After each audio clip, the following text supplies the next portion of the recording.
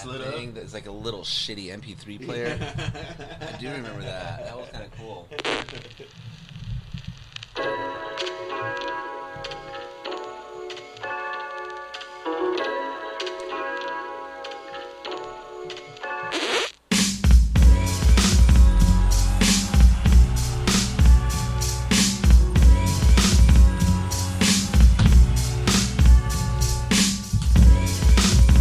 Shit, we don't even get a countdown or what? No, man. You didn't even have your headphones on. I can't even get my fucking mic on? I've been here like 30 minutes, bro. Your mic's on, your headphones weren't on. We started late just for you. Dude, you didn't have your headphones on. You're on, man. Well, Bro. just so you know, What are you doing? you guys had the fucking computer muted. No, you just didn't have your headphones on. I was watching you. What are you doing? You're Now you're good. just deleting tracks. Shut up. This is why you need a countdown, man. Yes. You didn't look at the rundown either, so shut the fuck up. I literally haven't looked at the rundown. So, ladies and What else gentlemen who is do listen to us, we are not half an hour late. We're actually on time for once. We were just told that we're half an hour later. And Pete said, "Oh, you know, you're not gonna finish by 8:30. I finished at 8:29." And you still were looking. You still didn't have your headphones. You didn't have your headphones on when you said it. Still could use the countdown. Listen, man, my mind is blown right now. Look at the meme I just sent you. I know. I'm compartmentalizing. As an uncle, I'm learning to do that now. Yeah. What if Tupac really fucked Jada Pinkett Smith and not Faith Evans, and Will Smith had Tupac killed? Will Smith. The Fresh Prince. Of Bel Air. And Him we and start Dwayne this podcast on a dark note. You know, you This know podcast is a dark note. you know who he hired?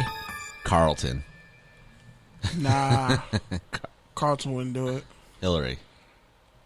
Nah, Hillary wouldn't do Bro, it. how you gonna yell at me for not looking at the rundown? You sent it 20 minutes before. Because you don't look at it 6 hours before. I did an You experiment. gotta hit it like between 4 and 5. That's here we usually go. when I look for it. Beat you. Whatever. This guy. But yeah, man, shout out did to you the get the rundown? I looked at it when you sent it. Exactly. That was like 20 minutes ago. Exactly. All right, but shout out to the X Squad affiliates. Shout out to the Good News Sport. Shout out to FBC Radio. Shout out to your favorite podcast app. Any other house cleaning? Shout out to Speak Up. They were in here earlier with Courtside Radio. Ladies have a dope podcast. They do great work, so salute to them. Yes, indeed. With that, man, football this week. Mini camps opened up, and with that, Can we get to the shits? No one cares about mini camps, bro. It's Le'Veon Bell versus everybody. I don't even really know about that situation, so go ahead. Wow, really? Yeah, there's some kind of feud that he'd rather retire than play for Andy Reid. I mean, He said, somebody said, "Are you going to go back to the Chiefs?" He's like, "I'd rather." But is that really a retired. beef? Because Andy Reid was like, Well, I he's- wish the best for him. I'm No. good, love, and joy. But that was after the fact. Like, apparently he went on a whole Twitter rant, and he was like, he said some things to me I'm not going to repeat to y'all that I wasn't cool with. well, you know, Then why the fuck? Even people say that shit. Like, say it or shut the fuck up. Excuse me, Bro, language. you played like, what, 10 games for him? a couple snaps. You went to 2 Super Bowls. the thing is with One Le'Veon, Super Bowl. Well, that's the closest you were and going to get he with was the like Steelers. the third string running back too. That's what I'm Exactly. saying. So, like, okay, all these other players have spoken highly of Andy Reid, but Ain't nobody. all of a sudden, Le'Veon Bell is exposing him as what? An asshole? yeah. He ain't a racist. We know that. He's put on more black people than anybody. I feel like Le'Veon Bell's like the Sam Bradford of running backs. You know, No, He's Sam like, he Bradford has a- actually got paid Yeah. everywhere he went, and like did just enough to warrant another contract. Like he actually was looking like MVP with the Vikings. Oh God.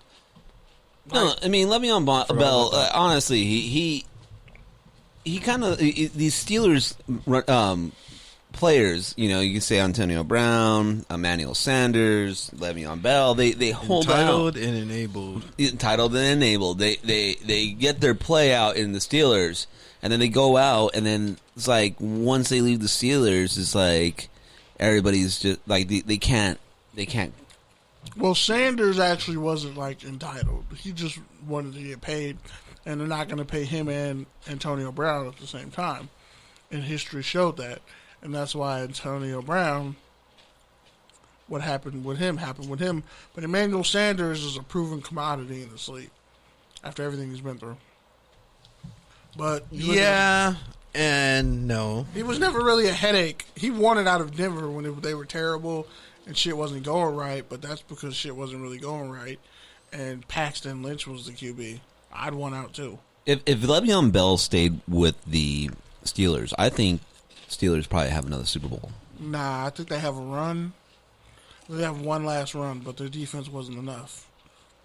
And we saw it. Their defense wasn't enough. Their offense was.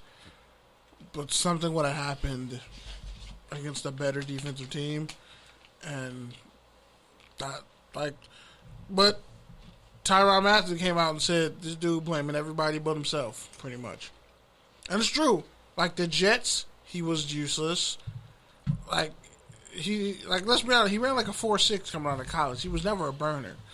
That game against Boise State where he got like 45 carries and just killed them. And the fact that he was a workhorse in his prime, he was great. He won the same draft as DeAndre Hopkins and Travis Kelce. This episode is unofficially sponsored by Pringles and Modelo. Worst thing to bring to a podcast is crunchy ass food. God damn it. The story about these 3 beers. So, 3 of my coworkers bought me beers before I left my job, my old job. Shut up. And I was like, I'll eventually get around to drinking them. I never got around to drinking them. So I just kept them perfectly chilled in the back of my refrigerator for about 3 weeks. Damn near a month. Just perfectly chilled. It does taste like month-old beer, I'll be honest. But it's free month-old beer. And not only that... Free 99. It came from a place of love. All my coworkers were like, at my past job, they're like, yo, we're going to miss you. They all chipped in $1 to show you how much they miss you. Nah, well, they usually employee discounts at work. They're like, here, I'm only paying $1 for this beer. Because why would you go to 7-Eleven and buy me a beer? Like, you could... Why go to a bar and buy you the same thing for $6 when it's $2.99 right here at work? Exactly. So yeah. And they probably didn't pay. They just probably 5-finger discounted and said, "Here you go, bro." Like allegedly. Like, what are they gonna do? Fire you? You know? A cease and desist. I don't even work here anymore. The only thing attribution over your 3 beers. The only thing they can not give you now is a referral. It's like, yeah, that motherfucker stole some beer on the way out. Like, fuck that guy. I was gifted things. So you can't say I stole anything. You know, I'm going to say that next time I get caught for shoplifting. It's like they were gifted to me by myself. No, it was a third party. See? It was a third party that gifted it to me, so can't nobody say shit. But that's how that works. But anyway, speaking of third parties, Le'Veon, no one's going to pay him starting running back money anywhere. I'd rather have Todd Gurley than Le'Veon Bell. And Todd Gurley's still out there. Mm-hmm. So Todd Gurley's probably going to be that first running back that gets called up to fill in for somebody that gets injured. Miami, maybe. I mean, who's their running back right now? Couldn't even tell you. Yeah. Miami get drafted out of Washington. Miami's kind of a good place to wind up right now if they could get their offense together, because that defense is actually pretty good and they can compete there. I think they have a decent. I mean, depending on Tua, they have a pretty reasonable chance to get there, unless the Patriots are the Patriots again. Yeah, which actually brings me. I was gonna save this one for the third thing, but we'll just talk about this now. Xavien, I spelled his name wrong. It's not Xavier. It's Xavien Howard, former Baylor Bear, led the league with 10 interceptions last year, 20 pass breakups. He's the 5th highest paid corner in the league at like $15.2 million or 0.6. And his teammate, Byron Jones, makes more money than him. And when he signed his deal last year, they asked him in like training camp, Byron Jones, about his teammate's contract. He's like, it's none of my business, because Xavien Howard, who's an all-pro corner, is holding out for the Miami Dolphins. he wants his contract restructured, and well, honestly, he deserves it. I mean, if you look, like, he had 10 interceptions. Jalen Ramsey's never had more than 5. I think he's maybe had 4. But you have 10 picks, and you're like, I'm grossly underpaid for my position. I'm top 5, but I was the best corner in my position because I had 10 interceptions and 20 pass breakups. Brian Flores was like, we're going to handle it. How it needs to be handled and all that. But he understands, like, yeah, bro, if you're the best at your position, like, if you led the league in picks and pass breakups, you technically have to be considered the best corner. Miss me with completion percentage and all that. No, like, you led the league in interceptions.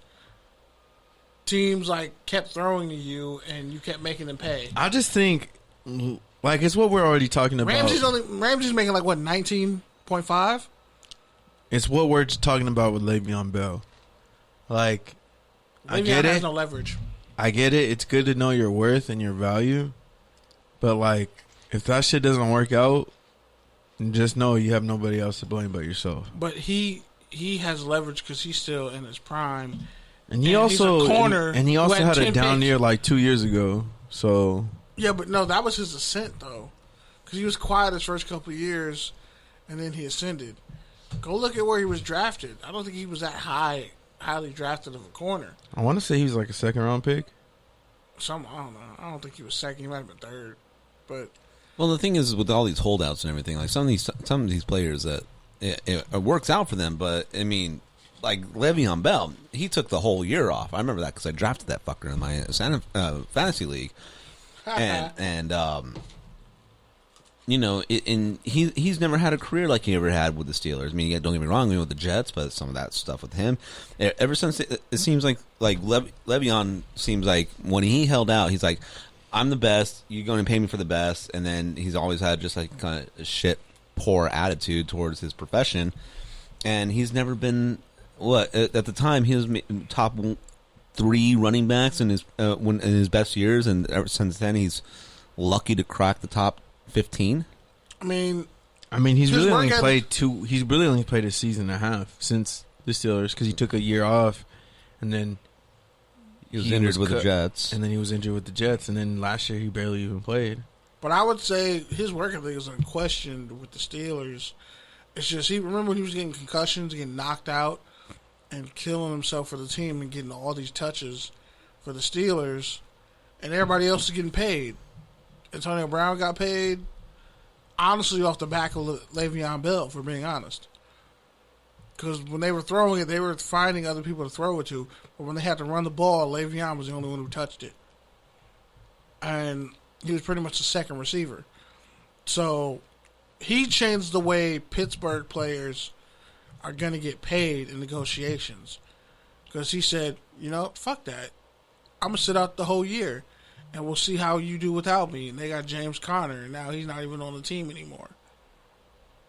Yeah, so that should let you know. They took a running back in the first round. The only reason why I bring that up, he's a better player. It's just because, like, it's one thing if you're in the last year of your deal. It's another thing if you literally just signed a contract. Like, but if you should have took your franchise tag and then read up. Took the money up front. Yeah, you chose that. I think they should just front load his contract now. That'd be smarter for them. Just front load his contract. He should not be the 5th highest paid corner when he led the league in picks. And then his teammate the league is not based off of stats. The league is not paid based per stat. You get what you negotiate for. Okay, but look at what Byron Jones negotiated. But that's not the Dolphins' fault. That's what I'm saying, though. That's not the Dolphins' fault. You get paid off production. Exactly, future production. And he got paid to be a top 5 corner for the next 3 to 5 years, which is what he's getting. His teammate, who isn't better than him, is making more money than him.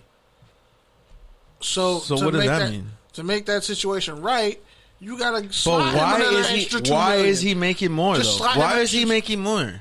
Because he hit free agency at the right time. Exactly. And because he left the fucking Cowboys and hit the market.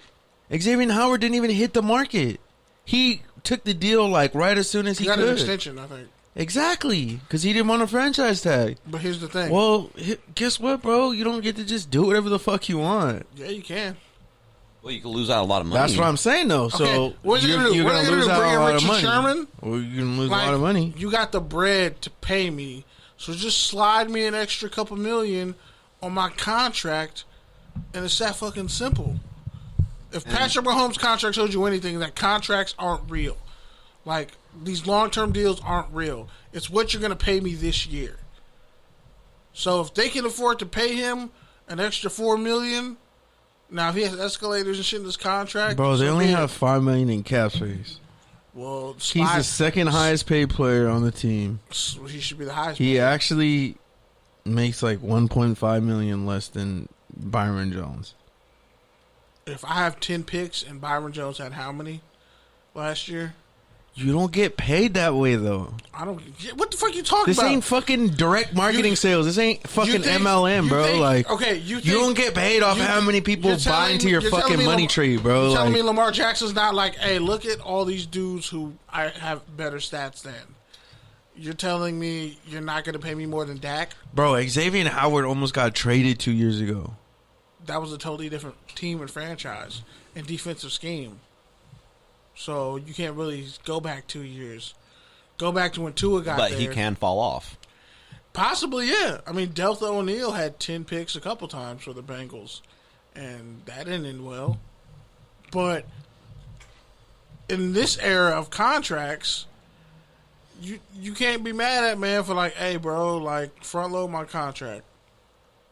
It'll be better for both sides that you front load my Then contract. take a fucking franchise tag. No. They both agreed on an extension. All you got to do is just they for both 5 agreed. years, slide some money They up. both But that's the agreed. thing. They both agreed. Make that last year optional then. The thing is, with the contract, it goes on both ends. You both have to hold out your end. But most You teams do. don't do it. You do. Only if it's feasible for both sides.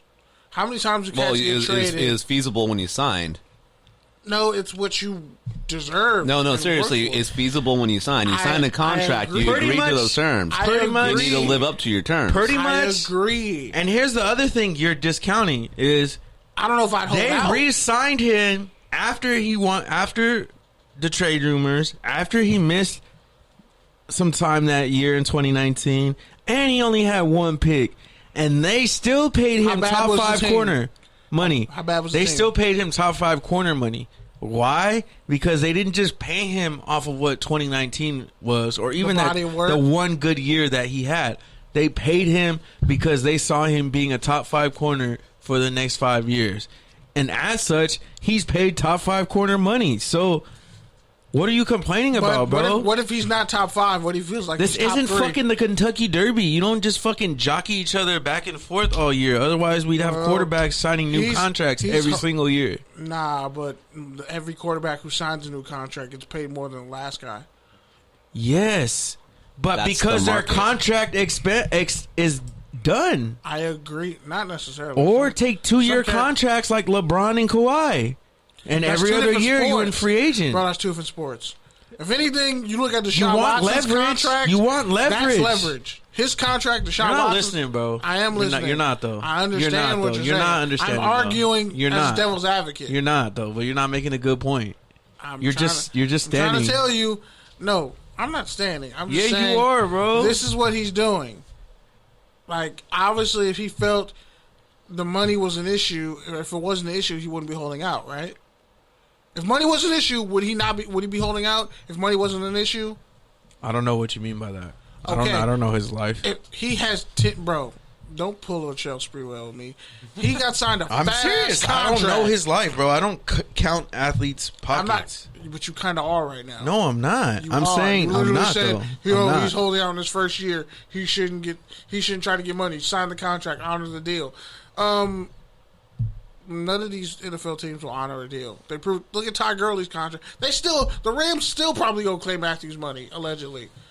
So what are we talking about? Like, if he wants to, Okay, you're talking about one player in the fucking that's 2 people. thousands Todd of Gurley and Clay the Matthews. thousands of transactions that happen all the time, that you know bro. of. I'm pretty sure there's plenty of players who say they didn't That's get why paid. you have a That's Gurley. union, bro.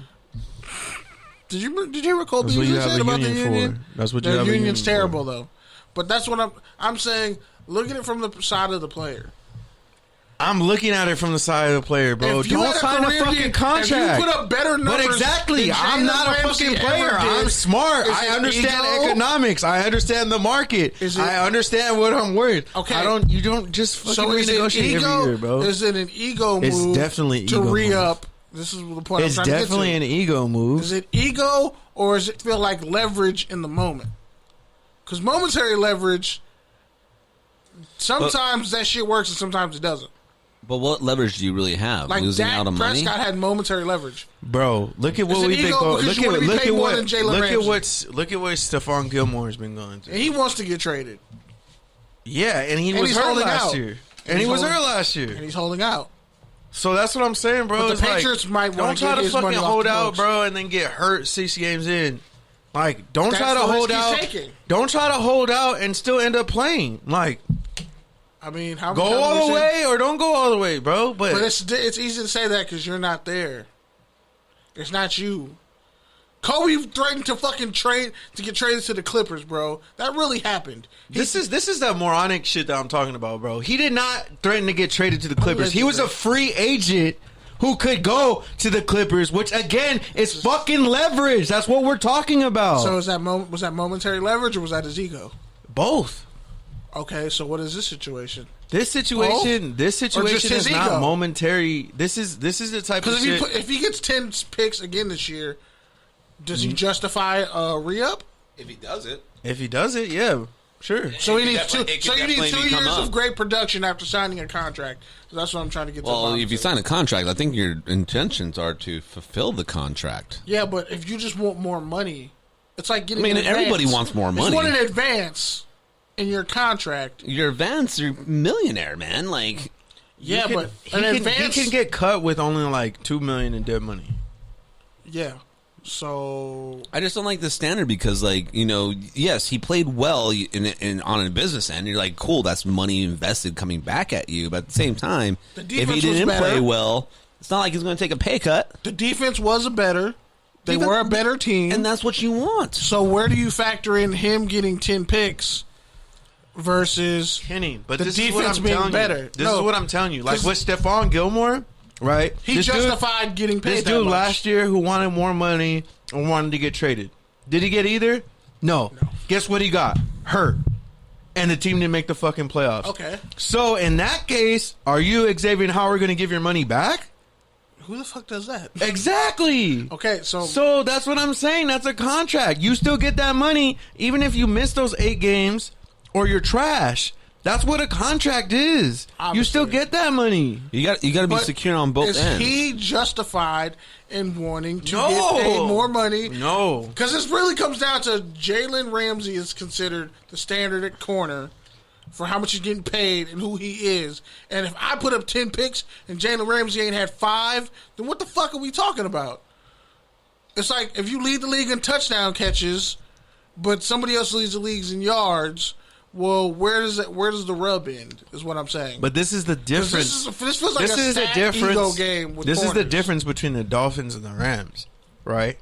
Because since the Rams have got here, so what? It's already been almost 5 years, something like that, 4 or 5 years. Making money moves. Every year they've had a key extension come up. They've had a key player whose contract's expired, and with the exception of Aaron Donald, nobody's had to hold out. And yeah, some of those contracts didn't work out. Brandon Cooks, Todd Gurley, even Marcus Peters to an extent. That was just their role in the team, though. But that's what I'm saying. Jalen Ramsey. I can trade what I'm saying is, good teams don't have shit like this happen to them every year. Good organizations don't have that shit happen to them every year. Players who are focused on just winning don't want new contracts every year. So I don't hear Mahomes every year. I don't hear Mahomes is the Lamar Jackson. I don't hear Lamar ain't got paid Tom yet. Brady. Well, their QB every year getting new deals. And Rodgers QB deals set the parameters for the rest of the team. Look at Jared Goff. They got his contract off the books to get Matthew Stafford's contract. So I'm just saying, I agree. Yeah, a contract is a contract. You probably shouldn't try to do a whole ass holdout, and you're gonna get fined the money when you don't show up to mandatory minicamp when you're supposed to show up. Bro, and you play in Florida with the least amount of taxes. Like, bro, you're making more than Jalen Ramsey just off that. So it's kind of That's what I'm saying. That's what I'm saying. That's why you're saying you're not a player. You don't know. Yeah, I don't think like that but either. Players negotiate like that. Take me out of They're it. wrong. They're not negotiating right. So because you shouldn't sign a deal that you're not going to be happy with for 5 years. Okay, but things change. Or else, why are you signing a 5-year deal? Things change. Then sign a 2-year deal. Sign a 1-year deal. No, sign a 3-year deal. No, you sign a 2-year deal. That way, you still have Who the some fuck is leverage. going to pay you $84 million in 2 years? There are teams out there with that cash. I wouldn't do that. I'm not paying you I'm not paying you $25 million guaranteed for 1 year, and then the next year, like let's say you're trash the first year, but I'm telling you, that's how it works. Semi-good the second year. That's how it works. Now I got to re-sign you That's again for how a it third works. That's year. how players. That's how NBA players have maximized their earnings because But every year they're getting the new max deal. Sport. They're getting a new max deal every year because the max deal goes up, the cap goes up. That's economics. But you act like every NBA player is getting that deal. Like no. The best ones are because they're able to. Okay, so they're able to. There's not 10 Xavien Howards walking around, are there? What I'm telling you, though, exactly. So if that's really like what Aaron it Jones is, got a four-year, $48 million contract. If that's really what it money is, elsewhere. If that's really what it is, there's not 10 other Xavien Howards. Then guess what? There's not going to be 10 other Xavien Howards in 2 years. So take a 2-year deal. And then that way, the next year, after you play out that first year at whatever rate you negotiate, that next year they have more incentive to negotiate with you because you're going to be a free agent after this year. That's leverage. That's power. That's big dick moves, bro. This is just fucking revisionist history. Like, I got a bad interest rate, and then you go back to the dealership like, no, bro, it doesn't work like that. Like, yeah, maybe you can refinance, but you're going to end up paying more still. And you're going to have to go through the headache of sitting there at the fucking dealership. And that's what he's doing right now. He's going through the headache of this. It's like, bro, we just ascended as a team. Nobody knows what's going on in our fucking division. Like, this is a year you should be gearing up for a fucking Super Bowl. Your quarterback's on a rookie deal. You maxed out your money elsewhere. Like, bro, shut the fuck up and play. Like, I'm sorry, and I'm not that dude to ever be like, oh, don't try to get more money. You're kind of that dude right now. But a year into your deal, bro, yes, I am that dude. Because what the fuck are we talking about? If anything, you go to the owner and say, hey, if I have 6 picks by game 8, I want an extension. Look out for me. Or I'm not playing. But does she have or whatever. Or you tell them. But that's the thing, too. Is that kind of relationship exist? Because that's the thing, right? So it's like Xavien Howard last year was going to get the franchise tag. But instead of taking the franchise tag, he takes a 5-year deal at top 5 money. And it's like, bro, you did that because you didn't have the cojones to roll the dice and play that 1 year. You made that choice. That was you. And, like, you don't just get to be like, well, now things have changed. It's like, yeah, we negotiated the deal with the expectation that things would change. Your value is going to go up. That's why we gave you more than you would have probably even gotten on the open market. And I agree with you. It's just like, here's the thing. It's like, you sign that long deal because you want the security of having a long-term deal. You don't want to deal with this shit. Well, then it's like now it's like, oh, I have the security, but I feel like I should have gambled and held back for more. It's like, well, you didn't do that. You signed the contract. That's why we have a contract. We agreed. It's not that now you disagree because I agreed back then. And it's not, and you can't be like, oh, what have you done for me lately? You signed the contract. There's your contract. Fulfill your contract. We're willing to put it on paper. We're willing to put my name and your name right here. We signed. We agreed. Great. 5 years. You're secure. Now you had a great year. I'm glad we paid you. You had a great year. We're looking for it. And then it's now like, oh, well, I played so good. Pay me more. It's like, well, we already paid you. Or, hey, you could just take money from that last year and just re-up it and add it to this year. And then we'll renegotiate in 2 years. Yeah, that's probably what happened, bro. He probably took $1 million and put AMC at $70, and then when it dropped to 40, he's like, "Whoa, I need to make I think my it's money at back 61 somehow." now. You probably got a couple more Bentleys and I think everything. it's shot up to 61 now. But I mean, some more ice, realistically, like, you're playing with house money. Like, do you want to create like a bad negotiating relationship by doing that and holding out when you didn't really have to? But it's also like, well, he did have a career year. And if you're going to have a better year than Jalen Ramsey, who is considered the measuring stick for the best corner, well, you have to throw up your production, right? Like, if you're going to say you're the best, contracts don't work that way. if you're going to say you're better than Pat Mahomes, wouldn't you have to have better numbers than Pat Mahomes to even say that? Yes and no. To an extent, yes, you do, but you also have to do it at the same consistent rate that he's doing it at. If I say I'm better than Zeke, don't I have to have better numbers than Zeke or comparable numbers to Zeke? Well, you wouldn't, because that running back doesn't exist Anymore? one.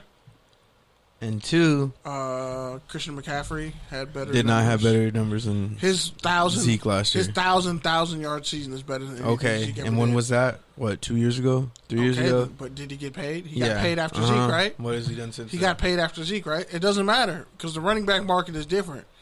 The running backs really have the closest thing to the NBA contract because they only want to give you a 3 or 4 year deal with X amount of dollars. They'll give you $48 million and make 35 of it guaranteed because they know you got 3 years of elite production left, and whatever you get on the back end is whatever you get on the back end. Like Melvin Gordon. You know what your project should be on your sleepless nights? Read the fucking CBA, bro. Because you need to learn about salary cap and contracts. No, I understand that. This but isn't the first time you've had some factually incorrect information. I'm not saying it's factually correct. I'm just saying cats are going to negotiate the way they think they should, whether they're wrong or not, and who are we to judge? And let's be honest, if we take ego out of it, there's no reason why he should be negotiating, right? If you take ego out of it, the reason why we're judging is because he's yip-yapping and barking about it. Actually, he's actually been quiet. These are negotiations happen behind closed doors. He's actually been quiet, but his silence and not his lack of presence is louder. He's been silent. And his teammate who makes more money than him. So he's been silent. I'm not saying nothing. So he's been silent for about not showing up. 4 months, right? Bruh, the season's only 3 months. You only signed that contract 11 months ago, bro. 10 months ago. I don't know. It's just an interesting dynamic to me. Because don't act like the information got out because he's been silent. The information got out because his agent let it out. Because the negotiations aren't going the way he wants it to go. And so now he's trying to make it look like his player wants out. And he didn't show up. No, he still wants in. He just wants to be paid more. That's a different conversation. Some cats are like, pay me or I want out. Jalen Ramsey was like, pay me, I want out, and y'all disrespectful. It was a whole bunch there. And with the Rams, he's like, look, we'll pay you, but you should stay here because it's L.A., and where else you going to go? You already went to Florida. You might as well come to L.A. and become a superstar. Todd Gurley became a superstar in L.A. So what's your point? The point is, Xavien Howard might end up on the Raiders, and they're going to probably eat that contract. No, he's not going there. I'm just brace yourself. He's not going Brace yourself. He's not going there. Imagine they trade Tua for Carr and throw in Howard because the the situation becomes untenable. Read the CBA, bro. Wow. No, I'm just saying the Raiders make horrible deals all the time. And you make horrible trade fodder. No, I'm just saying. I literally predicted like some horrible deals that happened, and they happened. And You predicted one. no, like 3. What was the other 2? The other 2, I was like, the Raiders. Most of them have been Raiders ones, but I'm like, somebody's gonna overpay for Carl Nassib. They did. I was like, the Buffalo. Bro, nobody the gives a Packers- fuck I about was- Carl Nassib. I was like, the Packers are gonna regret not paying. all right, let's move on. I'm over Micah this topic. Hyde, and what happened? He became an All-Pro. After he was mediocre for like 2 seasons. He like was returning punts and shit for them, and on a nickel corner, and then went to Buffalo and became an All-Pro safety. So what? No, we're skipping some timeline. He was mediocre in Buffalo like his first season there. Okay, so was Aaron Williams, the Texas DB. But bottom line is, some cats you look back, you probably should have resigned him. But whatever. The biggest news of the week, Madden. Tom Brady and Pat Mahomes are on the fucking cover again. Wow. Yay. Hooray. You know when you're going to spend $90 to buy that shit? And I'm not buying Madden this year. I bought it the didn't you last say 2 that years. last year and the 2 years before that? See, I didn't buy last year, so I usually go every other year, but last year I just bought it because It was the pandemic. yeah, and 2K was also ass. But I didn't buy 2K. I have 2K now because you don't even need to buy games. And what did you learn about having fast linebackers and receivers in Madden? It helps. That's the cheat code to win games, right? Yeah, You're welcome. but I can't stop the run. That's because you have to get stout D tackles and like marginally good defensive ends. Anyways, You're gonna sacrifice something. but yeah, pretty much they're on the cover again. I won't buy it just because I don't care for the Chiefs or Tom Brady. I think I kind of want to see Justin Fields. And I also speed. think it's kind of corny to have 2 people on the cover. I mean, it wasn't. I don't care if they did it with Relay Troy Fitzgerald and Troy Polamalu and Polamalu, Fitz. that shit was epic. That probably ended the Madden curse. that shit was kind of corny, but it was cool. But Patrick Mahomes was on, 2 years ago? Yeah, and Brady was on the year before that. And it's like, great. I mean, who would be a good one to put Derrick on? Henry You said would've been good. Derrick Henry would have been right. Yeah, but Eddie Devin George, White would have been good. Nah, Why not? because the league, it's a passing league. They're not. Ray Lewis has been on the cover. That wasn't a passing Peyton league. Hillis was on the cover. Ed That was Reed's a been on the fullback. cover. Ed Reed was on the cover. Nah, that wasn't me. I was like, you're definitely I was lying. testing you. Dr. Falk was on the cover, and that was like the truly last great superstar running back to not be cursed. I mean, he got injured after that, but still, like, it's Marshall Falk. Like, was Peyton Manning ever What on the other cover of Madden? defensive players were on it? Troy Polamalu. Ray, I think that's it. I think everybody else has been offense. I can't think of any Vince other. Young made the cover of Madden. Vince Young did. Randy Moss didn't make the cover of Madden. That was kind of a trash year, honestly. Odell Vince Bet- Young one. ODB. I had that one. That one was kind of bad. Donovan McNabb had a.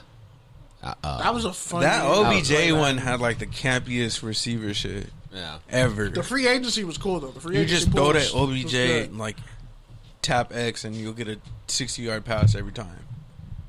Yeah. Shit was stupid. But I mean, I literally bought it and returned it. Got 2K. Shit. Yeah, Like it was that bad. Yeah, it was that bad. Because I was just like tired of getting mossed on fucking online after a day. I'm like, dude, this is so dumb. because you were using the Raiders, Yeah. Yeah, and they didn't have corners at the time either. they don't have corners now. That's fair. So I'd kill for Xavien Howard. I'd rather Bro, overpay. you were talking I- shit about Xavien Howard last year. No, You said he was overrated when he got that deal, bro. because at the time he was kinda Exactly. But then he shut me up by getting 10 picks, and I'm like, well, the man put his nuts on the table. You can either stand there and talk or leave. So I left it alone. But you look at Madden, like, Devin White probably should have been on the cover. Who else? They're not gonna put what was the last corner to be on the cover? I can't think of one. Imagine Who else could they Deion have Sanders put? never been. What on about the a cover of Madden. receiver? OBJ. There's no receivers. There was Nah, he was hurt. Megatron. No, but I'm saying from last year that you could have put on. Oh. There's no receiver. Hopkins. T. Higgins. DK? Did you say T. Higgins? T. Higgins. Turn this man's mic off. No, I said DK Metcalf. Turn your mic off. DK would actually be a really good one. Russell I think. Wilson would be a nice fit, but they're never going to do that. Okay. Allen Robinson.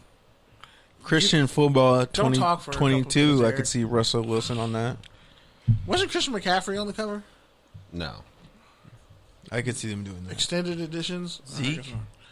No. You need to let that go. That dream is dead. It's never going to happen. Don't need to have any Cowboys. Chase Young. Chase Young? They could. The fact Yeah. that, Montez Sweat isn't a Raider just boils my blood. we Every day of know. my life. You tell us every day. Defensive end who was a fucking 4'4", 6'6", 270 out of Mississippi State, where they just produce NFL defensive linemen. Honestly, just put fucking Aaron Donald on the cover. and call it No, a day. because then you'd have to put Khalil Mack on the cover, and then that's just a waste. I don't know. I'm sorry. It's just unnecessary. Khalil Mack's now been a Bear as long as the Raiders, so now I can say what I've always felt but never had the courage to say. He had 5 sacks in the game. Aaron Donald's better than Khalil Mack. Well, That hurt just saying it. that's only because Just saying that's it hurt. that's only because Aaron Donald has ungodly athleticism for a defensive tackle. His speed and 10-yard split and strength is more impressive than Khalil Mack's. If Khalil Mack ran like a 4'4", I think Khalil Mack is actually taller. Yeah. I no think so. shit. He's like 6'3". He's a Isn't linebacker. Aaron Donald like my height? 6'1". Don't fucking snap at me like that. How you say some stupid ass shit like that? I think Khalil Mack's taller. Stupid. Fucking And idiot. how about you? All the dumb shit you've been saying. I've been saying some smart shit. You've been saying I some just throw out dumbass stupid shit. questions. Running backs have the same contract structure as the NBA players. Aaron Yeah. Aaron Jones got a 4-year, $48 million ass contract. up. That was racist. You don't even have to bring that. Why you got to bring my race into it? Everybody knows I'm black. I'm just saying. Over here talking like a Nathaniel about contracts. Nothing. It's Neanderthal. Whatever. You know what I meant. This motherfucker just said. Wait, hold on. He said. He said. Neanderthal. No, he didn't say it right. He said Neanderthal.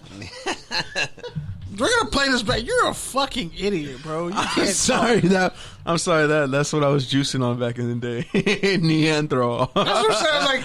Like Neanderthal. Like no wonder why your fucking kneecaps hurt. Your placenta sac probably exploded years Bro, ago. I'm so tired. I'm fucking tired. Day. That was.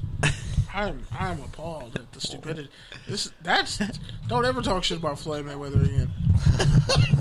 This man just you could have said Lexapro and that would have been closer. Like you didn't even come close. Neanderthal. You said Neanderthal. How do I say it? Neanderthal. Neanderthal. P-E-T-E Camarillo. Neophyte. Spell that, bitch. Neophyte? Spell it. Is there a P-H-Y-T-E in there? There's a P-Y-T in there. Does that make you feel better? No. Alright, what's the next topic? Oh my god, now I'm really gonna fall asleep. Nah, I'm just fucking with you.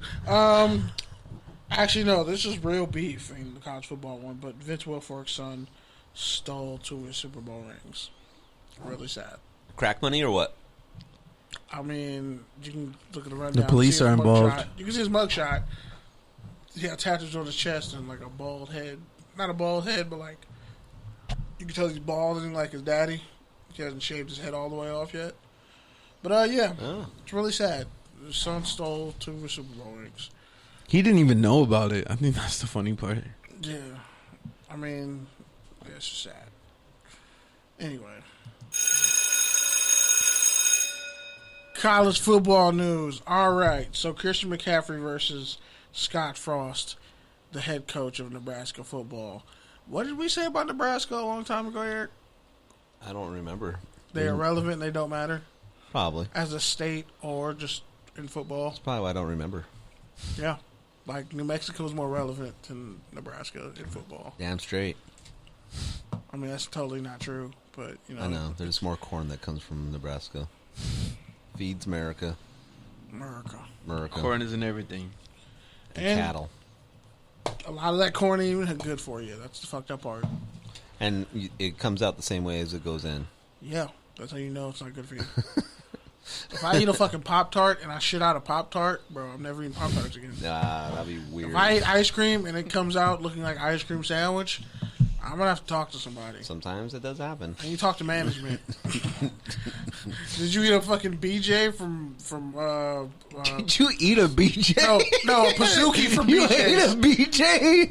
No, first off, You y'all ate a BJ at Bazookies? whatever the fuck it's called. Is it a Pizookie at BJ, right? It's a Pizookie, right? Why can't motherfuckers just call it like brownie with ice cream and chocolate sauce? Why you gotta come up with all these names I'm not gonna fucking remember, bro? Like, it sounds like a dirty porn snuff title. A Pizookie? That sounds like some shit when you were a teenager. It's like Blumpkin, Pizookie. Two things you would Google. Blumpkin, Pizookie. Pazookaki?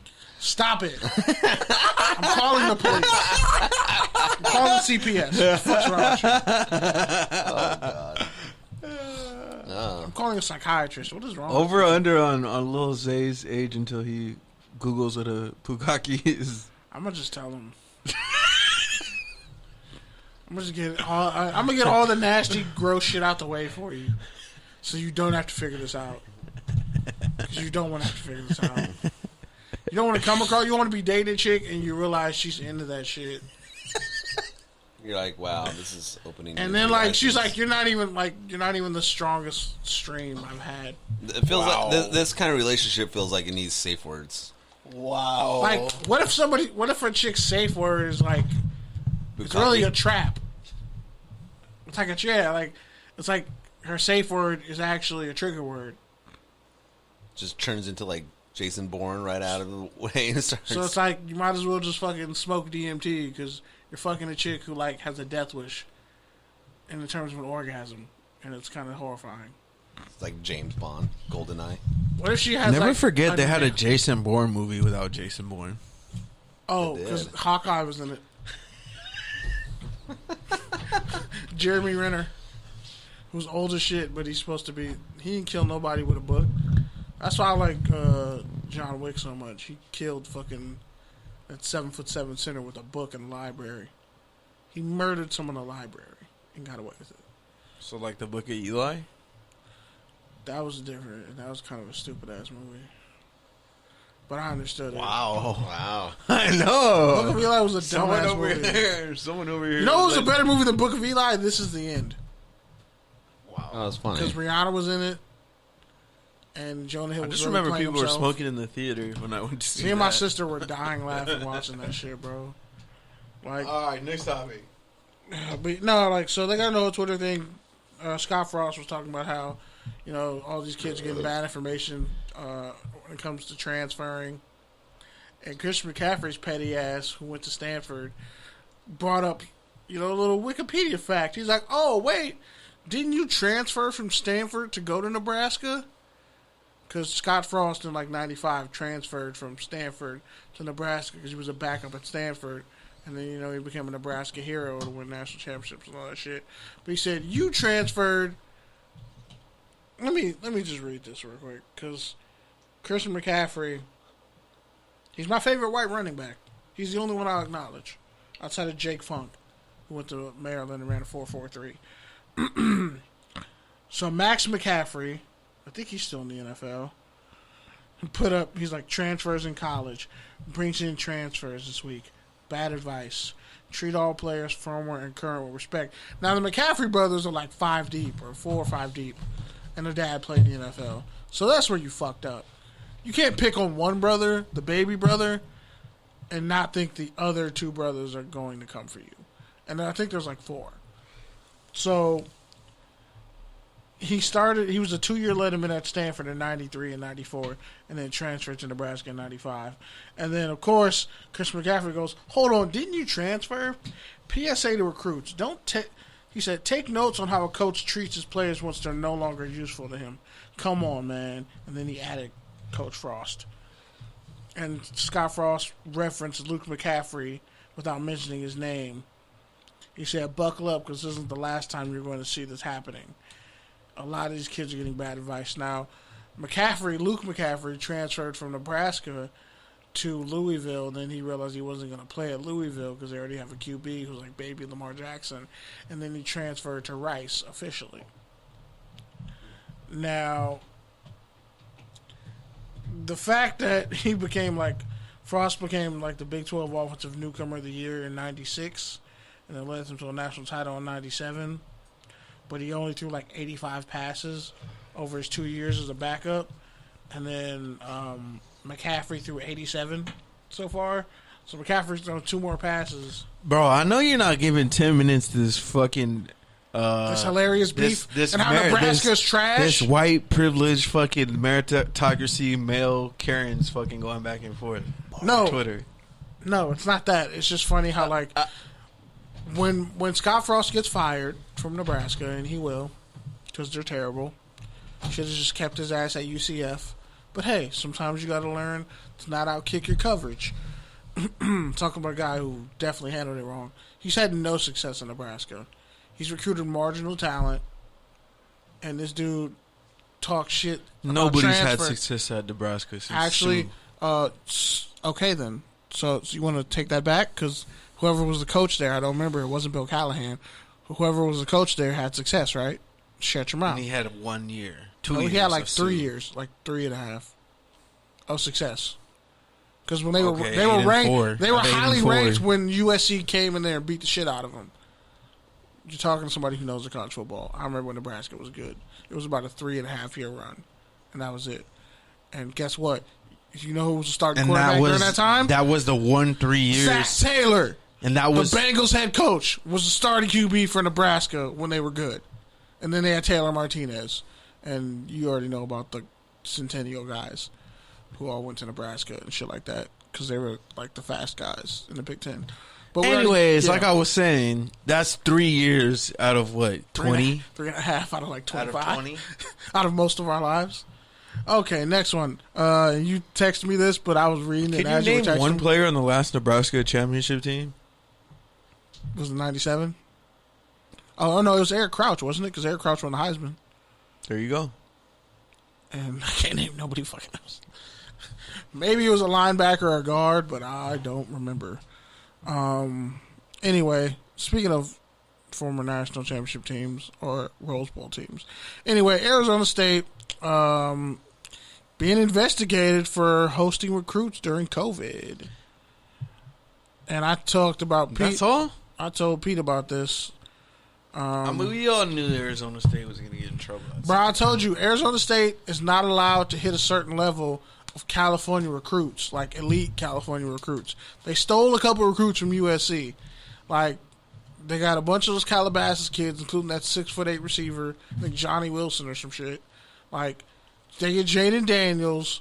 They got the Sarah guys, Merlin Robinson, and then they got another dude, something Daniels. Arizona State is only allowed a certain amount of elite California recruits before some shit happens and all of a sudden they get hit with sanctions. That's all I'm saying. You can go back and look. But they hosted in-person recruiting visits during a time when they were banned because of COVID, and it's against bylaws, blase. And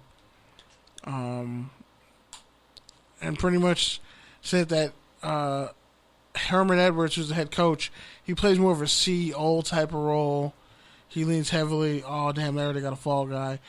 Former NFL linebacker, associate head coach, and recruiting and defensive coordinator Antonio Pierce is really that guy who's been getting recruits. Jack Jones, former USC recruit, former 5-star recruit.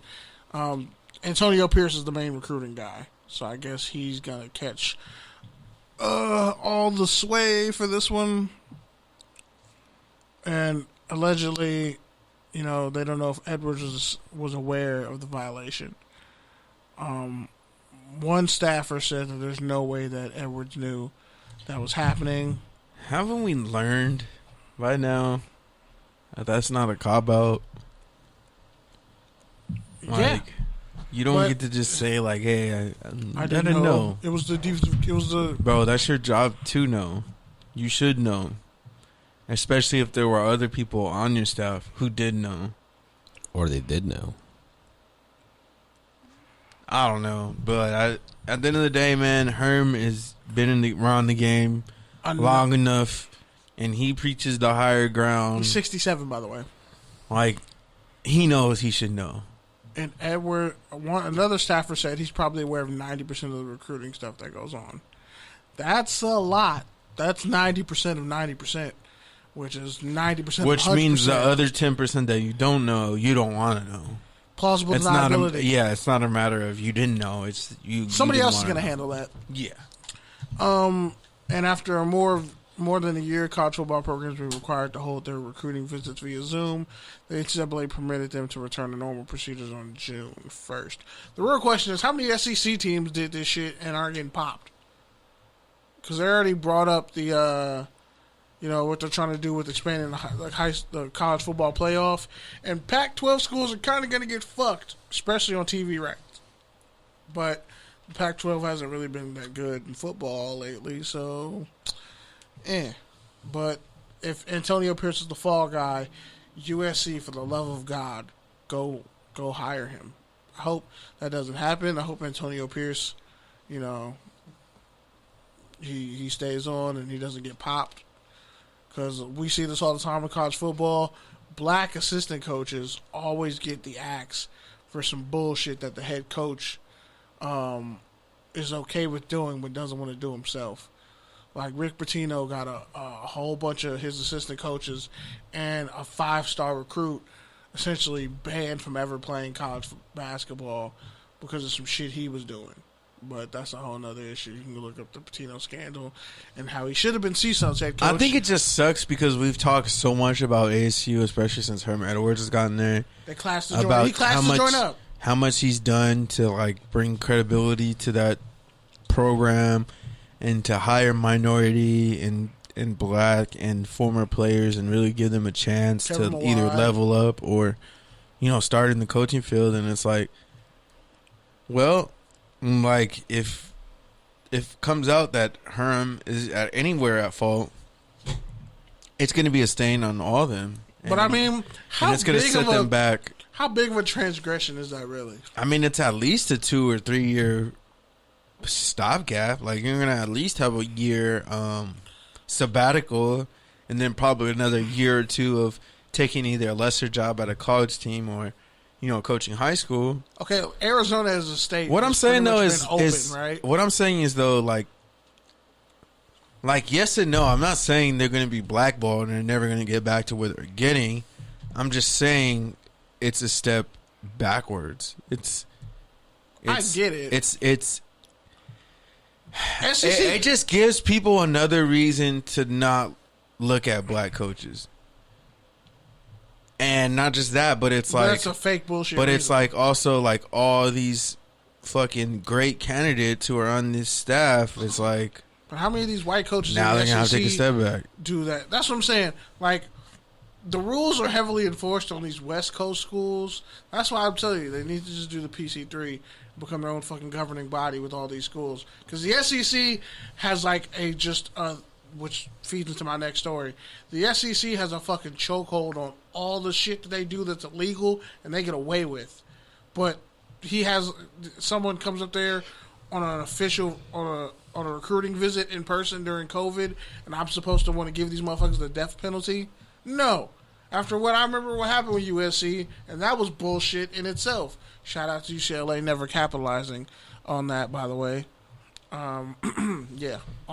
Anyway. Well, we'll see now because the SEC deal with the SEC is far ahead of everybody. The SEC deal with CBS is no longer exclusive. I think they're also on ESPN now. And Notre Dame is getting this ACC bag money. Whew. Yeah. Because, that's ultimately what it comes down to is the money. Nobody wants to give a recruiting violation to Notre Dame because they got that NBC money. And no one's going to give it to the SEC because as a collective, they have those contracts with the ESPN and SEC. So you give what does the Pac-12 have? They're the weakest conference. A fucking rinky-dink deal and a network that nobody even knows what channel it's on. And if you do, it's just reruns. And they have great analysts. Yogi Roth is dope. Like, they have great analysts and the content. But their games are all just regionally distributed, and they're all at night, and half the people don't watch them. Oh, no, I'm sorry. They have that one game on ABC. The night game. They've always had that, though. Yeah. And then when USC's bad, they don't want to televise it on which major everyone's channels. already too drunk to watch anyway. When USC's terrible, you notice they never want to really put them and Notre Dame on TV? No, it's always on TV. No, it's on TV, but they make sure to hide it off primetime. It's just because when it's at Notre Dame, when it's at Notre Dame, it's on NBC. The grass is higher. And when it's at USC, it's at ABC. ABC, yeah. But no, like when USC was trash. Like trash. And like they damn near. So like last year, 2 years ago, 3 years ago, 4 years ago, they didn't play Notre Dame last year though. 5 years ago, 10 years ago. The Manti Te'o years. I'm just saying, you're citing when they were really trash. They've been really trash for a minute now. Okay, so is Notre Dame. So I get Notre Dame has just uneventful. Like they had a fluke against Clemson. They only lost because Trevor Lawrence didn't play because he had COVID. That's the only reason why Clemson lost that game in triple fucking overtime with their freshman QB. So yeah. But anyway, don't get me started on Notre Dame. So next story, Texas Governor Greg Abbott signs a bill allowing student athletes to profit off NIL. So national the NIL law that we've been talking about. Texas is now the 19th state. Pretty much, athletes are going to be able to make money off their name and licensing, get deals, and have their eligibility yanked. And it's in Texas. And let's be honest, with Steve Sarkisian as head coach, and they just got Malik Murphy, the 5-star QB out of Gardena Sarah. He has his QB of the future. They're building something there. Again, I hate to say it, but if I'm starting from zero, if you could say which program would you rather have right now, Texas or USC, I'm going to go Texas. What the fuck? I'm done with this podcast. I'm leaving. Let's be honest. No, if you could start over, if you could have total control in the state of California or the state of Texas, you'd be a fool to say California. You want to know why?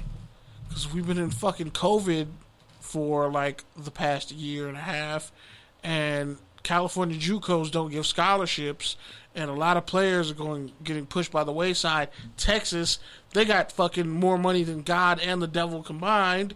Oh yeah, and they don't follow any fucking rules. And even if Texas is mediocre and trash, guess what? They're Texas.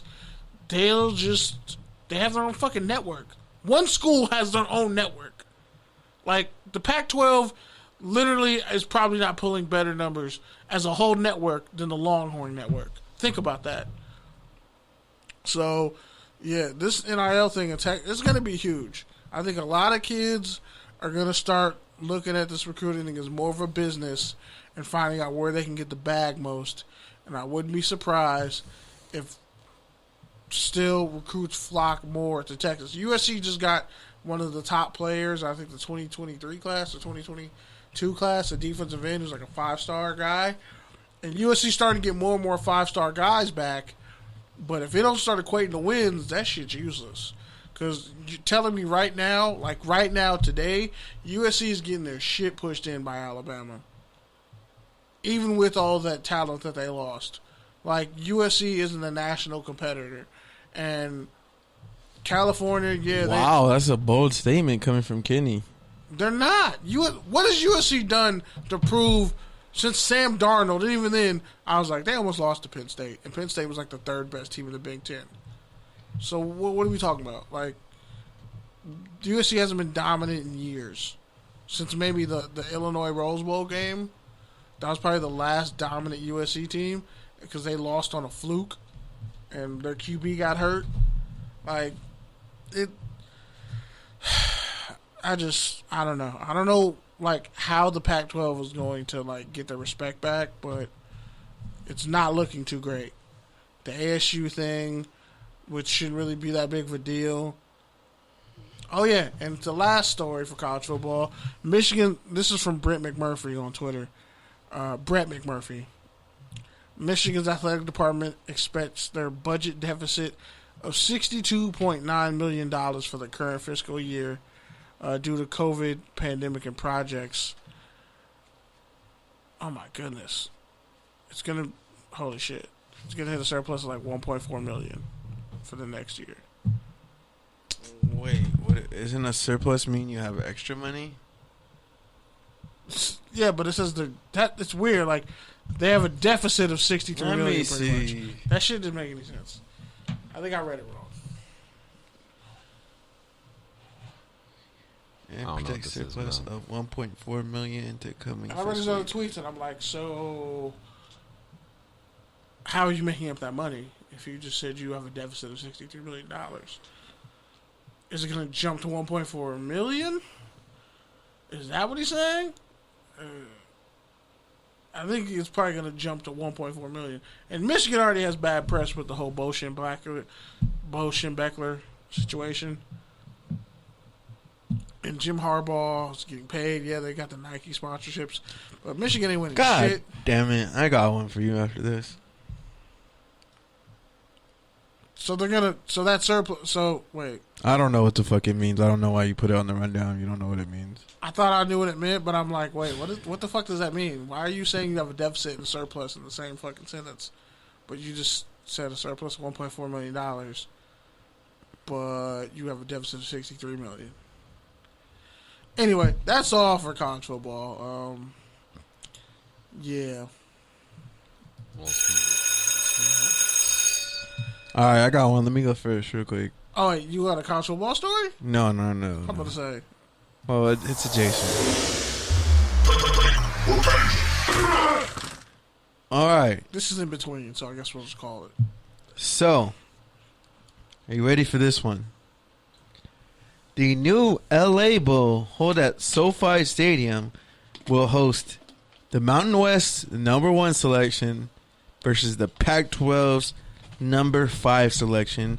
It'll happen on December 18th. So, Kenny, take or tangent on the new Jimmy Kimmel LA Bowl. Yes, it's named the Jimmy Kimmel LA Bowl. Jimmy Kimmel's a genius, and he's probably going to skyrocket in terms of the money he's going to make off the sponsorship deal. As you're eating chips. I stopped eating them. Chewing, I'm sorry. No, I was... Semantics. I needed a beer.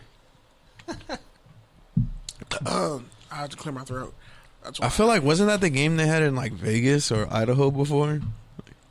Well, to put it in LA, we have a lot bigger market for the Mountain West. It'll be like New Mexico versus Arizona. So they can have a shit ton of empty seats. Who was fifth in the Pac-12 this year? Let's look this up. Arizona's Oregon? No, they were. Oh, they're like high first up. or second. I think they won. UCLA. Overall, probably Washington. No, it wasn't Washington State. Was it Washington State? Washington State. UCLA. And they UCLA, and they lost to USC. Just keep that in perspective. I think a mediocre UCLA team will still probably beat up a Mountain West team. A top Mountain West team, though? I don't know. Boise State or San Diego State. Which it would probably be either Colorado State. So last year it would have been either San Jose or Boise. No, San Jose would have clapped y'all. San Jose would have clapped y'all. Would have clapped UCLA? Yeah, for sure. They won like 11 games this year. Set a program record for wins. Yeah, the coach for San Jose State might get poached to a bigger school, if I'm being honest. He's been doing great work down there. Yeah, it's going to be... Shit, maybe Air Force ain't going to be that high up.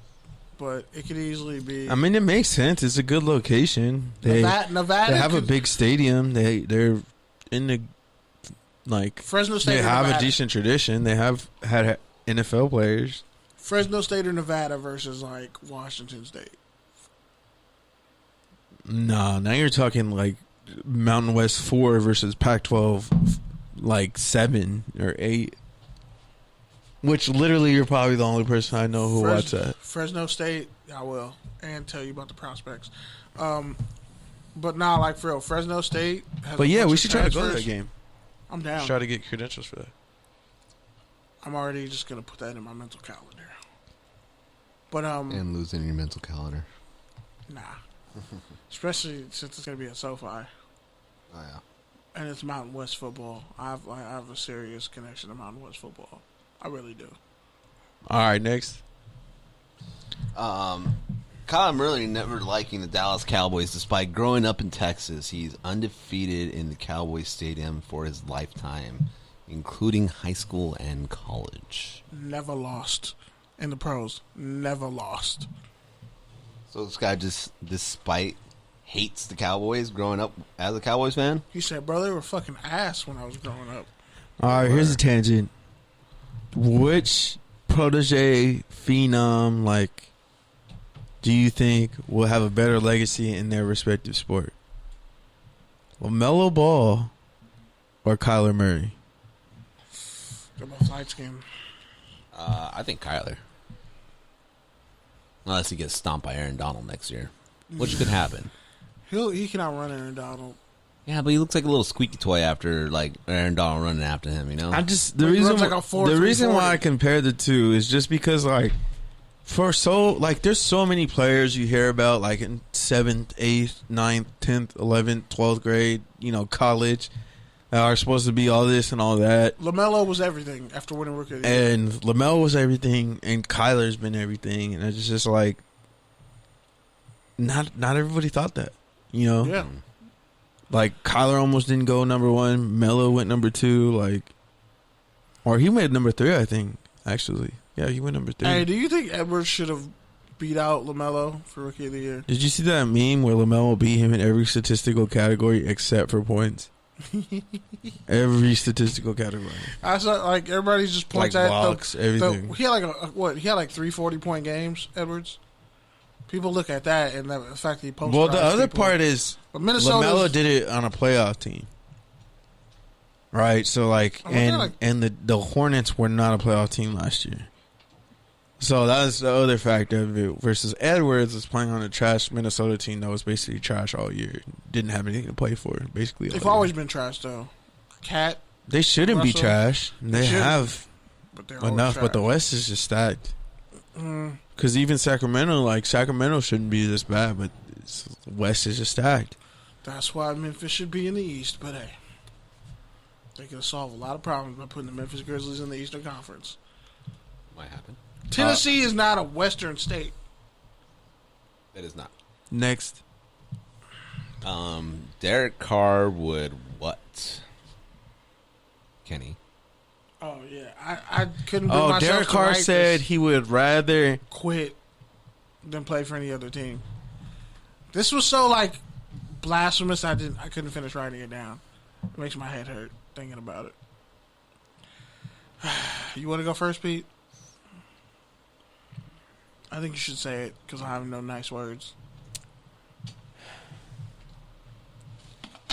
The thing is, Derek Carr he already damn near is, and if he isn't, he definitely will be statistically the greatest quarterback in Raiders history across all 3 iterations of the franchise.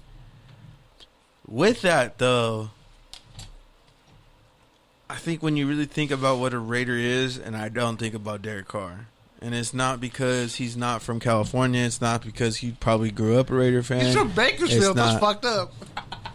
I'm saying it's not because he's from California. I'm sure he's a Raider fan. I'm sure he grew up watching the Raiders. I'm sure of all of that. But when I think about what a Raider is, it's not Derek Carr fumbling in the end zone versus the Cowboys.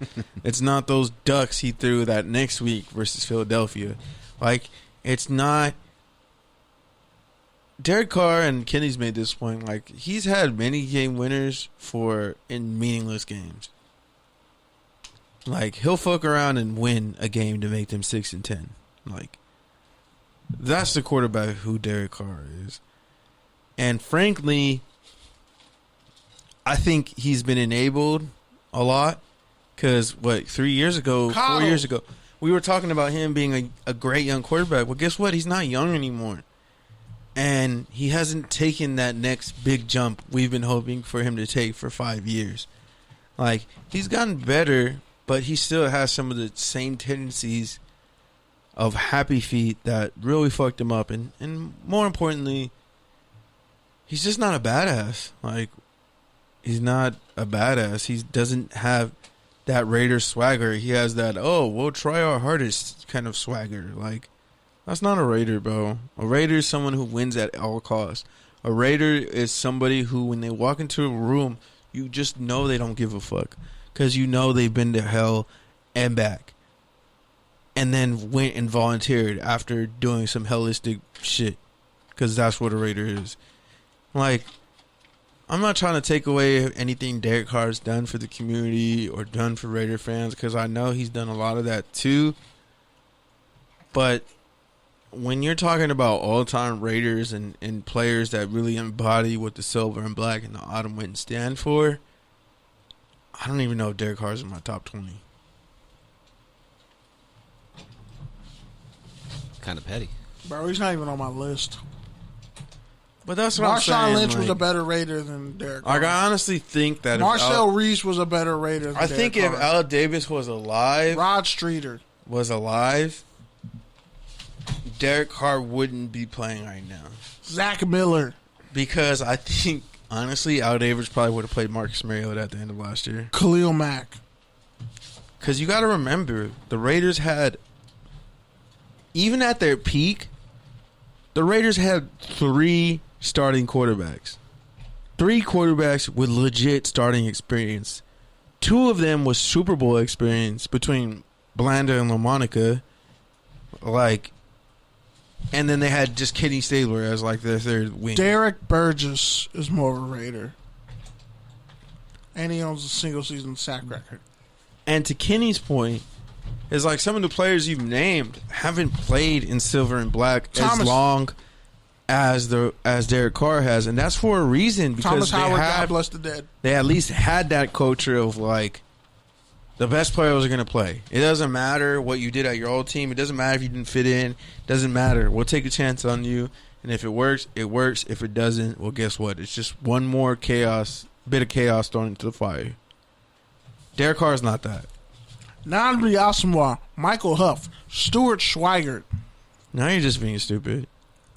All 3 of those dudes are better Raiders than there. What are you talking about? You're not even a Raider. Let's move on. Yes, I am. No, you're not. Yes, I am. No, you're not, bro. Yes, I am. You can't prove that. You legally can't prove that. We can definitely legally prove Yeah, it. we could. I've been a You've Raiders fan for a literally while. said I'm not. I left the Raiders fans to do my little fanhole phase with the Rams. Because you bandwagon doesn't mean we can't prove it. No, Yeah. I never said I didn't bandwagon. I said I had a fanhole phase. Okay, I was sandbagging, whatever. Wow. A fanhole wow. phase. Not A Kenny. Not fanhole Kenny phase. trying to renegotiate his fan contract every year before it even expires. I'm a Raiders fan. Sandbagging, fagging. Yeah, pretty much. What? Hold on, Sandbagging. Nah. All right, next I've one. suffered through some of the worst Raider defeats ever in my lifetime. I'm still a fan. I was mad that they left Las Vegas. I mean, they left Oakland for Las Vegas, but I'm definitely not mad at that stadium. Well, moving on. Lori Lightfoot, mayor of Chicago, has officially named a state of emergency for racism. Is willing to convert over $10 million in unused COVID relief. My family. All I wrote was Lori Lightfoot. You have the whole story. Yeah, I had to look it up. Thank you. You're a Bears fan. I knew it would trigger you. No, this racism is a state of emergency in Chicago. I think just murder is a state of emergency in Chicago. Corrupt cops, all types of shit in Chicago.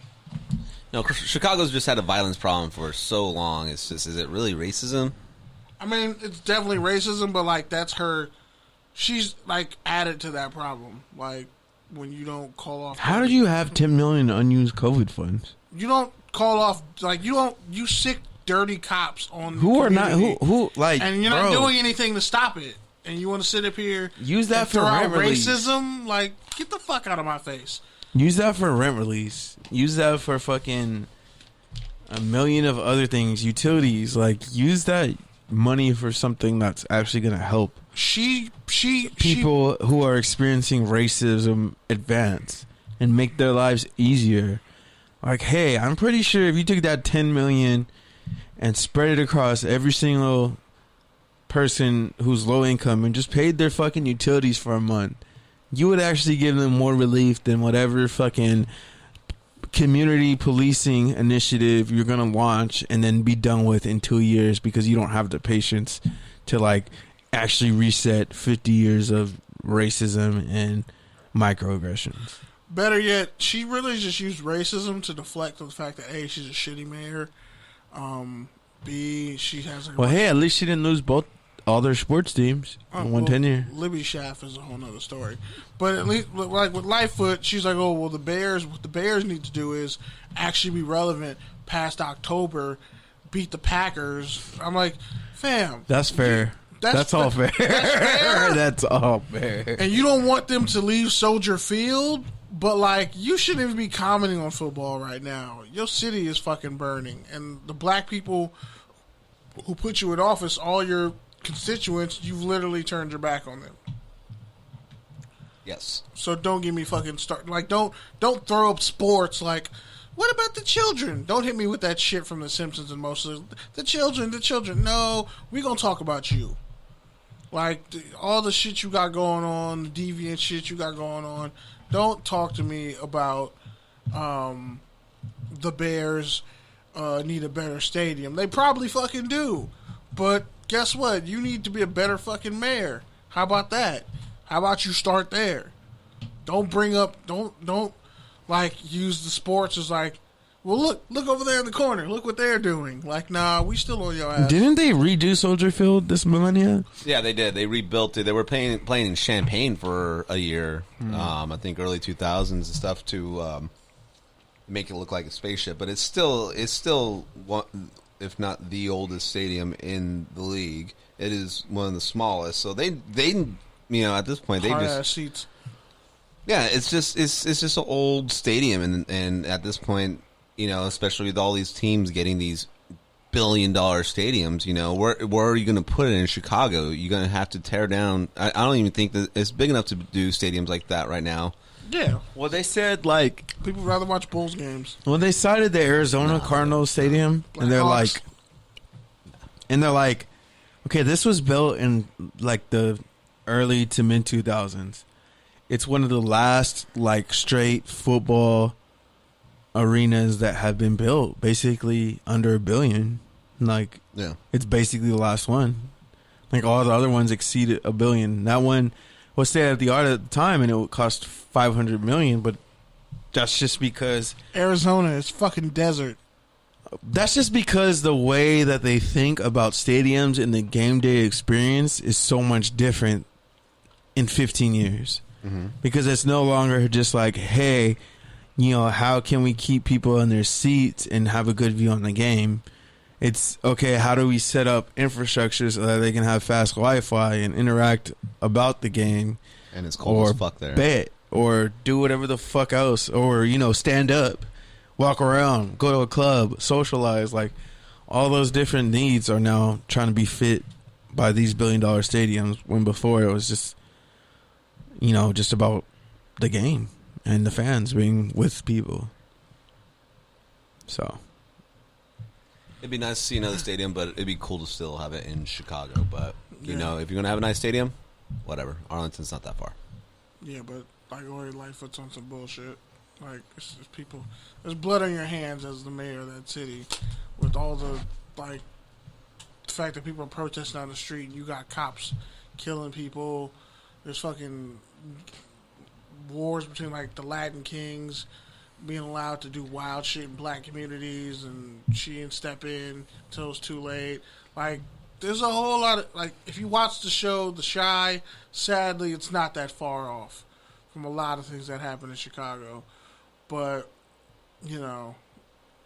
whatever. It's a lot of shitty politicians out there. Like, don't use sports as the hill to die on to make it seem like you're this mayor who cares about the city. Because the same thing with Libby Schaff. You let all these fucking teams leave Oakland, and there's no economic windfall in place to replace any of that shit. None of it. There's nothing to replace the Raiders. There's nothing to replace the Golden State Warriors. Yeah, it's called California real estate. Yeah. But, like, in East Oakland in particular, like, that was a hard-working ass town. Really, like, okay, you're going to move tech in, but, it's... You dropped a ball by not having the Raiders there when you could have just got the stadium built. Or just, I don't know, fucking, since the Golden State left, make the Raiders a dome team. You could have figured it out. But you didn't want to do that. And now the Golden State Warriors are in San Francisco. Hey, it's better a dome than a baseball diamond. To your point, like, Maybe Shaq fucked up a lot. To your point, I haven't even gotten to all the police brutality. To your point, though, the reason why she made that decision is because she doesn't want those people to pay for a stadium.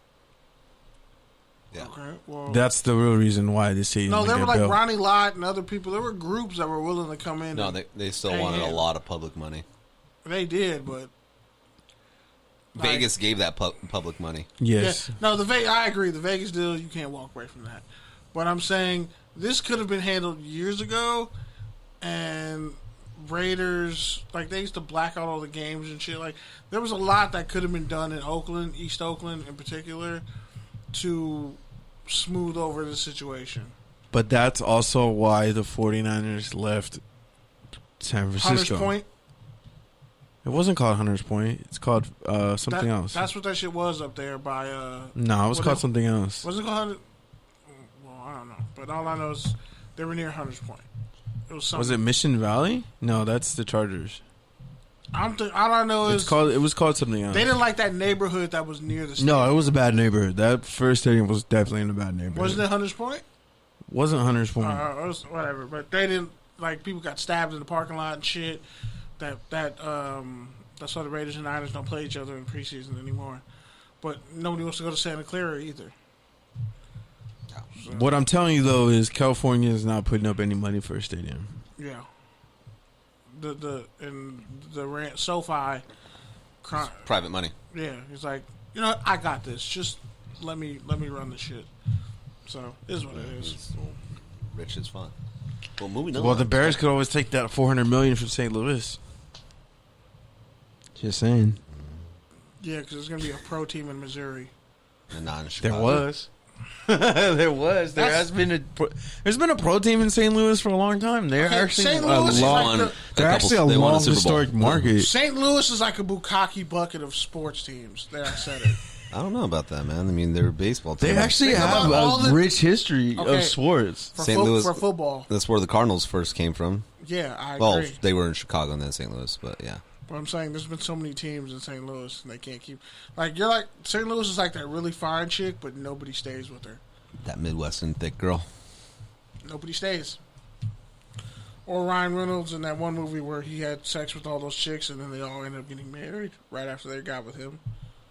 That wasn't Ryan Reynolds. That was... oh, shit. Was it Dan Cook? That was Dan Cook. Dan Cook was... They tried to make Dan Cook a sex symbol in movies. That was a nasty era. Anyway. I forgot about Dan Cook, honestly. Right. He's still getting money, too. And then he almost got Me Too. Dude. It's some wild shit. Yeah, he likes young girls. Anyway, NBC wants $6 million for Super Bowl commercials. Is that, like, per commercial? They want that money. Bro, stop putting shit on the rundown. You don't know what it means. Bro, I just typed a little bit. You can click on the story. My phone is dead. The funny thing is he puts these... I picked the story for you, asshole. Links. I know. I saw that story, and I would have put it, but I didn't know what it meant, so I didn't put it. For a 30-second commercial. Right there. Read it, fam.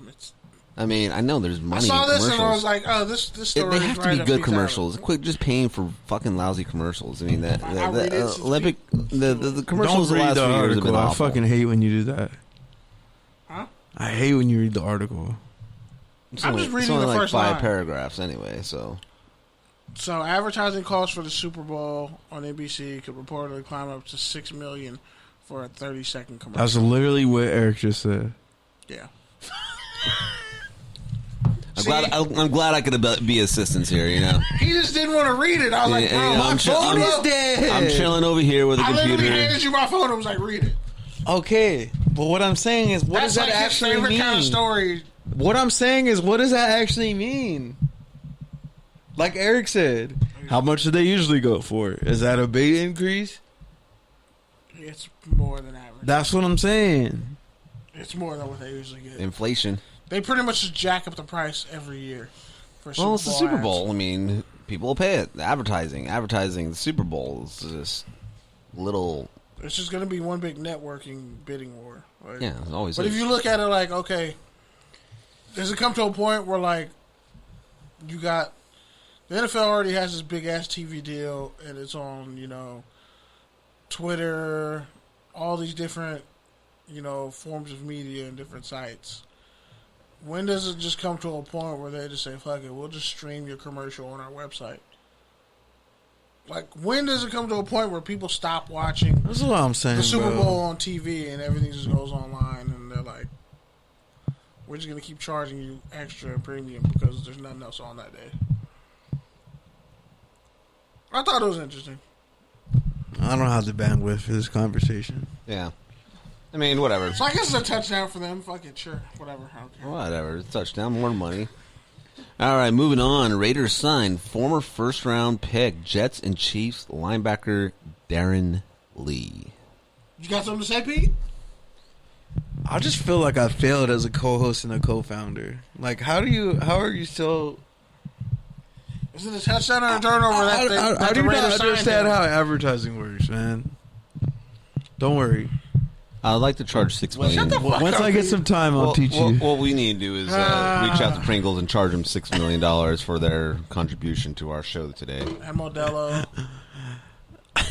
Shout out to Darron Lee's I'm going to say it's a turnover, bro. Because at this point, if you're signing another linebacker when you already have 3 starting linebackers that And you you supposedly drafted one. like, and you drafted one, and you had one from last year who you drafted, that just tells me that you don't like either of the ones you drafted last year or this year. or which signed. basically means you just wasted 4th-round picks. Aren't the Raiders the king of wasting 4th-round picks? No, they're the king of wasting 2nd-round picks. That's true because Le'Veon Bell. The Raiders passed on Le'Veon Bell and DeAndre Hopkins in the same draft. Trayvon Mullen's the best 2nd-round pick they've had, like, in 20 years. Since Derek Carr. Yeah. There you go. That's the other one. God damn it. I want to go drink now. Well, moving on, Stephon Gilmore holding out. That kind of pretty much we answered that like in the first part of the show. I didn't think we're gonna go that deep on Stephon Gilmore, but Whatevs. is it a turnover, honestly? Him holding out? You already got a Super Bowl, you already got paid. The Patriots aren't really contenders. At this point, is he just holding out because he knows he's gonna get traded because his salary is really fucking big and Bill Belichick don't play games like that? Like, They're probably just tired of having him pick off Cam and Mac Jones in practice. He's like, I need some real quarterback competition out here, bro. Like, we actually need them to, like, when the coach is like, don't hit the QB, but like, but I beat my guy. And then, like, I gotta hold back because this motherfucker needs a boost in confidence. Like when That's a bitch. like when they're like, hey, don't play the ball. Like, let him catch it. But I want to be a defensive lineman picking off passes in practice. Fuck you, coach. You tipped the ball. I told you. Everybody, chop your feet. Everybody on the line. What the fuck, bro? Chop your feet. Be like, so I was supposed to half-ass it on this play. Is that what you're telling me? Then that one lineman half-asses it the same way the coach wanted to, and then he tears an ACL in practice, and then we act like the coach isn't responsible for that. Yeah, it'd be like that sometimes. Should get real. All right, so the rant? Indeed. I'll start. So, what ESPN now just kind of loaded up, started streaming the European football, Euro Football League, which has been a lot of fun, I think. But big shout out to the, I don't know if you guys heard about this, but Eriksson, one of their stars for, I think, Hungary, basically. Wait, you said you're hungry? No, the country. I'm definitely hungry. No, but he actually literally collapsed in the middle of play and had a cardiac arrest and had to be completely resuscitated. on the pitch during an actual game, and just the media reaction to his peers, the team, the fans, and everything that were in the field, to actually just stop the game in general, just because of what happened. They actually had to what's it called, the shock him right there on the field. Defibrillator. The defibrillator. It's crazy because I saw a TikTok about the I guess a guy who works for the company that helped make the shit that got his heart going again. Yeah. And like the dude was crying while he's like, "Oh my god." Yeah, and, you know, like me and my wife were watching the game, and like they cut over and you literally see them giving him CPR on the field. So just shout out to that, and shout out to UEFA for approaching it, putting that you have to be human before the sport, and no matter how big the sport is at the time, especially coming back from COVID and having fans and everything for this tournament being a year later. But shout out to Eriksson, his fans, family, and who knows what will ever happen with his career, but I know he's alive and kicking, and shout out to him. Dope. That's excellent. So, Uncle Kenny update. My nephew pissed on me last week. Just pissed all on me. Like, and I knew something was up because, like, he's so strong-willed. Like, you know, baby spines and their neck and shit in the back of their head, they really fully developed. Especially 3 weeks out the womb. Takes a while. Aside from the fact that he's, like, freakishly strong for a 3-week-old baby, his grip is, like, ridiculous. And, like, his eye, like, every time I look him in the eyes, I'm like, oh, he's staring into my soul. I hope he's not creeped out or, like, horrified. It's like he's looking at me, like, with just pure eyes. Like, it's heartwarming, man. My nephew. Yeah, sneaky motherfucker. I'm, like, burping him. And I'm like, okay. He starts crying. And I just pick him up, like, on some Lion King shit. I just look him dead in the eyes, like, I was like, what are you really crying about? I'm like, because with me, every time I hold him, he doesn't really cry. He's, like, the politest crier of, like, when it comes to babies, he's so polite. It's, Pete, what the fuck are you doing, bro? Like, nothing. Oh, you're standing up. Okay. You want to stand up and do your rant. That's cool. But yeah, so, you know, I burped him and was about to hand him back to my mom, and I'm like, he just pisses right all on me. I'm like, oh, great. Fantastic. And now I can say, like, yeah, not only have I changed my sister's diapers when she was a baby, I changed her son's diapers too. So I just feel next level old right now. You are next level old. And I get no fucking sleep. Like, I fell asleep in the bathroom for an hour 2 days ago before I had to go to work, and it was like heaven. Like, just to sleep uninterrupted. I miss what that feels like. I just miss that feeling. But since, you know, shit's opening back up, I may be Uncle Kenny, but I ain't got no fucking kids like that, so I'm gonna be out here in these streets this summer. So it's gonna be fun. I'm excited. And yeah, y'all stay blessed. And yeah, that's it. All right, well, I don't have a whole lot. It's been a long week for me. I don't even know why. But I just feel so tired. I feel like I've just gotten hit by a train of tired. And I've been slowly getting out there this past week. It's kind of weird to go to a grocery store and, like, not wear a mask now. Right. I was at Target today. I'm like... Yeah, but actually my little brothers were the ones, because we went to Vaughn's and there was 3 masks. And I was like, oh, perfect. There's 3 of us. We have 3 masks. We're good. They're like, you don't need one. And I was like, are you sure? They said you should still wear one. And they're like, no, don't wear one. And I was like, are you sure? Because I don't know what county or city where this Vaughn's is actually currently located in. Anyways, I walked up and it said, masks are required for unvaccinated. If you're not wearing a mask, you would test to being vaccinated. So, took my mask off, and it's pretty much been off to the races since then. But yeah, man, just Free the gym water fountain. That's all I'm gonna say. Like, Nah, dog, I'm I was cool. like, oh shit. I was Get like, filled yeah, with water. the water's back. Walked up there all excited, filled up my water bottle. Nope.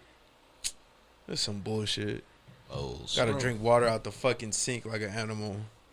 I mean, just, fucked up. just find like a fill up site for 30 cents and handle your business there. Anyways, but yeah, so that's pretty much been my week. Just another one. Yeah.